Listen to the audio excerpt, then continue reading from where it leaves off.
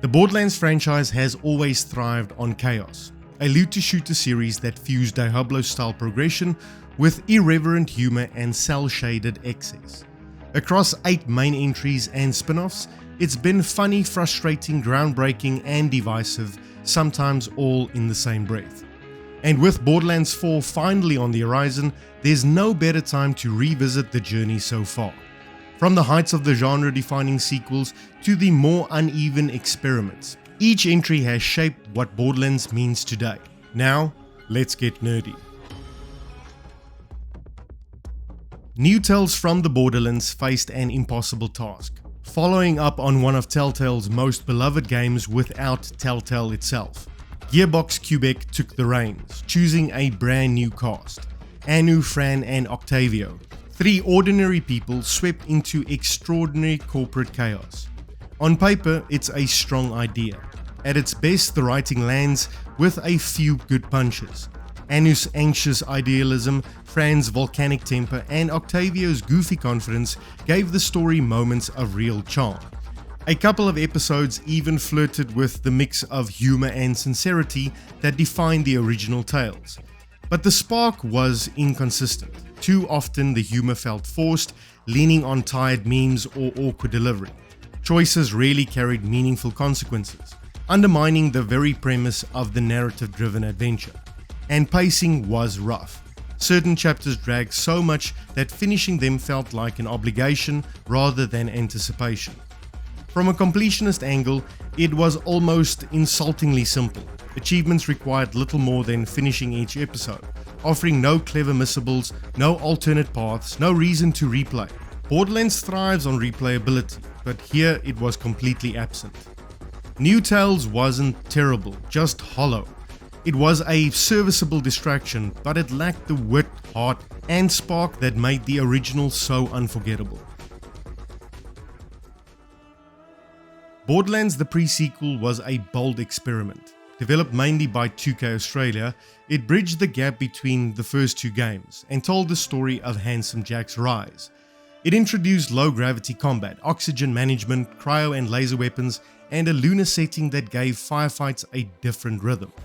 Early on, these additions felt fresh. Boosting across craters, ground-slamming enemies, and juggling oxygen tanks added tension to the chaos. Narratively, seeing Jack slide into villainy gave Borderlands 2's antagonist more depth than a simple cartoonish villain. But novelty only goes so far. Missions repeated familiar structures, side quests often overstayed their welcome, and the humor leaned into absurdity that didn't always land. The Vault Hunters, Athena, Wilhelm, Nisha, and Claptrap offered unique abilities, but as characters they lacked the staying power of the other casts. For completionists, this is one of the series' weakest. Achievements leaned on tedious grind, like thousands of crypto kills or endless weapon fusions. The oxygen gimmick became more of a nuance than a challenge, stretching out sessions rather than enhancing them. Co-op could salvage the experience, as it often does in Borderlands, but the pre-sequel ultimately felt like filler.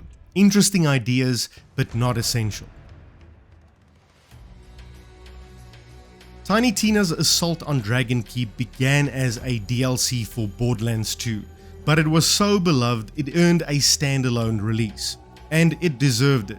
This campaign reframed the Borderlands formula through a Dungeons and Dragons parody, with Tiny Tina acting as chaotic dungeon master. Skeletons, dragons, and cursed knights replaced psychos and skags, while Tina's narration constantly reshaped encounters. One boss fight is swapped on the fly for something sillier because Tina decided the story demands it. The result was unpredictable, hilarious, and surprisingly poignant. Beneath the absurd comedy was grief. Tina's refusal to process Roland's death bled into her need to control the fantasy world. That emotional core gave Dragon Keep a resonance that no one expected from a spin-off. For completionists, it's almost perfect. The scope was compact, the achievement list achievable without hours of grind, and 100% completion felt rewarding without dragging into exhaustion. It was fun, fast, and satisfying in a way few looter shooters manage. Most importantly, it laid the groundwork for Tiny Tina's Wonderlands. Without this DLC proving the formula could stretch, we never would have gotten that spin-off. A smaller project, but one of Gearbox's most creative. 7 years after Borderlands 2, expectations for 3 were enormous. Mechanically, it delivered. Gunplay was smoother than ever, with sliding, mantling, and the tightest shooting in the franchise. The arsenal was absurdly diverse, making every firefight feel explosive and satisfying. But Borderlands has never been just about guns. Story and characters mattered too, and here 3 stumbled. The Calypso twins were pitched as the new Jack, and they lacked his menace or charisma. Their streamer parody concept was clever in theory, irritating in practice. Humor often tipped into self-parody, and pacing sagged under bloated quest design. Completionists felt that bloat the hardest. Achievements leaned on grinding rare spawns, farming legendaries, and clearing endless side content. The platinum was achievable, but it often felt like work rather than play. The DLC content was also uneven. Expansions like Guns, Love, and Tentacles shines, while others felt like filler, making 100% completion a patchwork of highs and lows. Still, in co-op, 3 was a riot. The chaos of combat, the loot fountains, the sheer spectacle. It delivered unforgettable moments with friends. It wasn't the revolution fans dreamed of, but it was a solid refinement. Strong mechanically, weak narratively, and exhausting to fully complete. If Assault on Dragon Keep was the proof of concept, Tiny Tina's Wonderlands was the full experiment. This wasn't just Borderlands with a fantasy coat of paint, no. It retooled the formula with RPG systems, spellcasting, and a tabletop overworld. Character creation was finally introduced, allowing players to build their own hero instead of picking a fixed vault hunter. Multiclassing encouraged creative builds, and the addition of spells kept combat varied beyond the usual gunplay. The result was a game that felt fresh but still unmistakably Borderlands. Narratively, it leaned hard into parody. Tina's chaotic narration constantly wrapped Quest into sillier shapes, while Will Arnett's Dragon Lord provided an antagonist with just enough menace to ground the story. The humor landed more consistently than Borderlands 3, striking a balance between absurd and genuinely funny. For completionists, this was one of the smoother runs. The achievement list was fair, the campaign scope manageable, and 100% completion didn't demand endless farming. The endgame loop wasn't perfect, but it didn't outstay its welcome either. Not every location was memorable, and some late systems lacked staying power, but Wonderlands proved that Borderlands' formula could evolve, and in my opinion, a successful spin-off that felt like more than just a gimmick. The original Borderlands didn't just launch a franchise, it practically invented an entire genre, mixing Diablo-style loot grinding with first-person shooter combat. It carved out a space no one else had really touched in 2009. The looter-shooter blueprint we take for granted today, from Destiny to The Division, owes everything to this scrappy, unexpected hit. It also had its own identity. The cel-shaded art style stood out in an era dominated by drab military shooters. Its offbeat tone, though far more restrained than later entries, gave it personality. And that core loop, mowing down enemies while rivers of randomized guns pour out, was electric. Of course, looking back now, the flaws are clear. The story was threadbare, humor underdeveloped, and mission design repetitive. For completionists, it's quite brutal. Achievements like the claptrap rescues or endless farming for rare drops demanded more patience than most players had. By today's standards, it feels rough around the edges. But none of that takes away its impact. Borderlands was ambitious, scrappy, and unforgettable in how fresh it felt. It's in third place not because of nostalgia, it's recognition.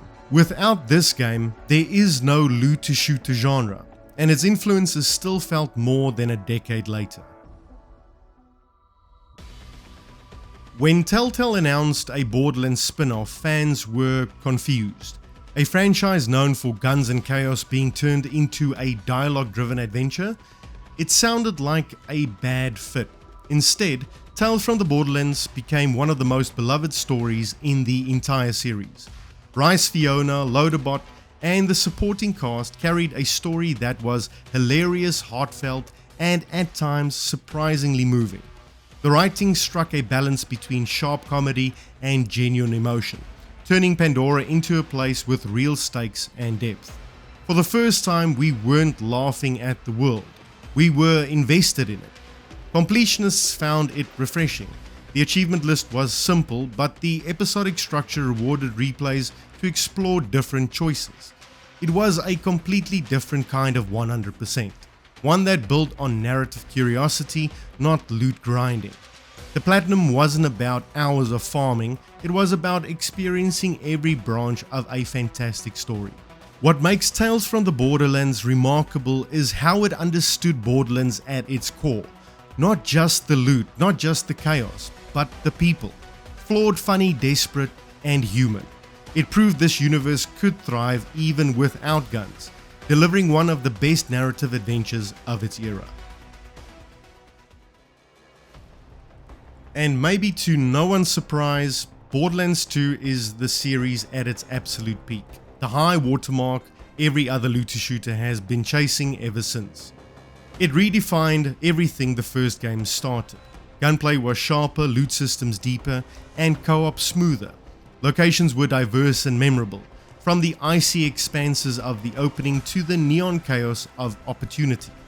And above it all stood Handsome Jack. Charismatic, hilarious, terrifying, and tragic. Jack remains one of gaming's greatest villains, elevating every encounter and making the story unforgettable. The humor struck a perfect balance. Quests like shoot this guy in the face became instant classics, ridiculous without undermining the world. And the DLC, legendary. Assault and Dragonkeep alone is one of the best expansions of its generation, but every pack added something worthwhile. For completionists, 2 is the gold standard. Achievements were tough but fair, rewarding curiosity and full exploration without tipping into endless grind. The Platinum felt like an accomplishment, not a punishment. It respected your time while still challenging you to wring every drop from Pandora. Even over a decade later, Borderlands 2 isn't just the best Borderlands game, it's one of the greatest co-op shooters ever made. And that is every Borderlands game ranked. What stands out is how versatile this series has been, sometimes redefining genres, sometimes stumbling, but always chaotic in a way only Borderlands can be. With Borderlands 4 on its way, the big question is whether Gearbox can recapture the brilliance of Borderlands 2, or if it'll carve out something new entirely. Until we find out, stick around, like, subscribe, and most importantly of all, stay nerdy.